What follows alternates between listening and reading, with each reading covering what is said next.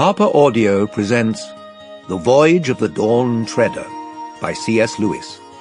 Read by Derek Jacobi.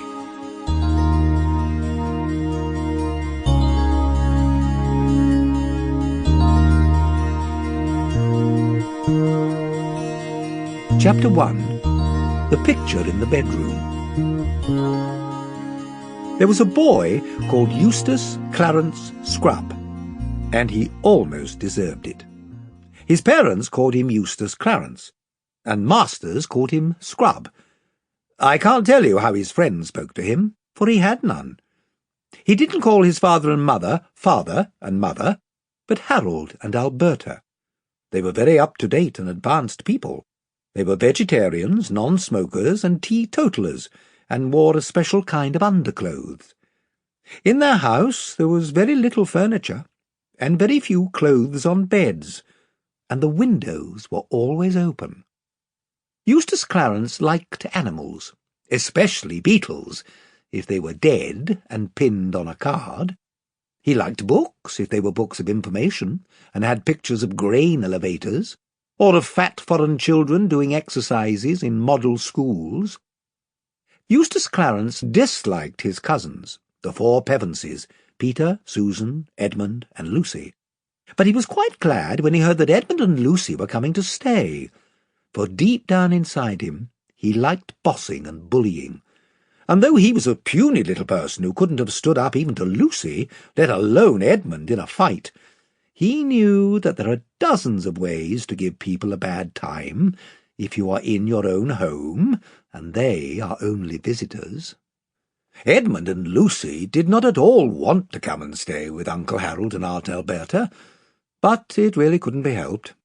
Father had got a job lecturing in America for 16 weeks that summer, and Mother was to go with him, because she hadn't had a real holiday for 10 years. Peter was working very hard for an exam, and he was to spend the holidays being coached by old Professor Kirk, in whose house these four children had had wonderful adventures long ago in the war years. If he had still been in that house, he would have had them all to stay, but he had somehow become poor since the old days, and was living in a small cottage with only one bedroom to spare.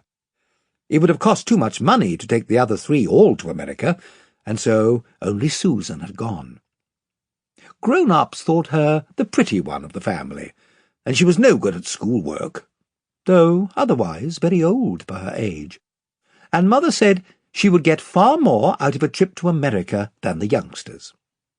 Edmund and Lucy tried not to grudge Susan her luck, but it was dreadful having to spend the summer holidays at their aunt's. "But it's far worse for me," said Edmund, "because at least you'll have a room of your own, and I shall have to share a bedroom with that record stinker Eustace." The story begins on an afternoon when Edmund and Lucy were stealing a few precious minutes alone together. And, of course, they were talking about Narnia, which was the name of their own private and secret country. Most of us, I suppose, have a secret country, but for most of us it is only an imaginary country. Edmund and Lucy were luckier than other people in that respect. Their secret country was real. They had already visited it twice, not in a game or a dream, but in reality. They had got there, of course, by magic, which is the only way of getting to Narnia, and a promise, or very nearly a promise, had been made them in Narnia itself that they would some day get back. You may imagine that they talked about it a good deal, when they got the chance. They were in Lucy's room, sitting on the edge of her bed and looking at a picture on the opposite wall. It was the only picture in the house that they liked. Aunt Alberta didn't like it at all. That was why it was put away in a little back room upstairs. But she couldn't get rid of it, because it had been a wedding present from someone she did not want to offend. It was a picture of a ship sailing straight towards you. Her prow was gilded and shaped like the head of a dragon with a wide-open mouth. She had only one mast and one large square sail, which was a rich purple. The sides of the ship, what you could see of them where the gilded wings of the dragon ended, were green. She had just... Sample complete. Ready to continue?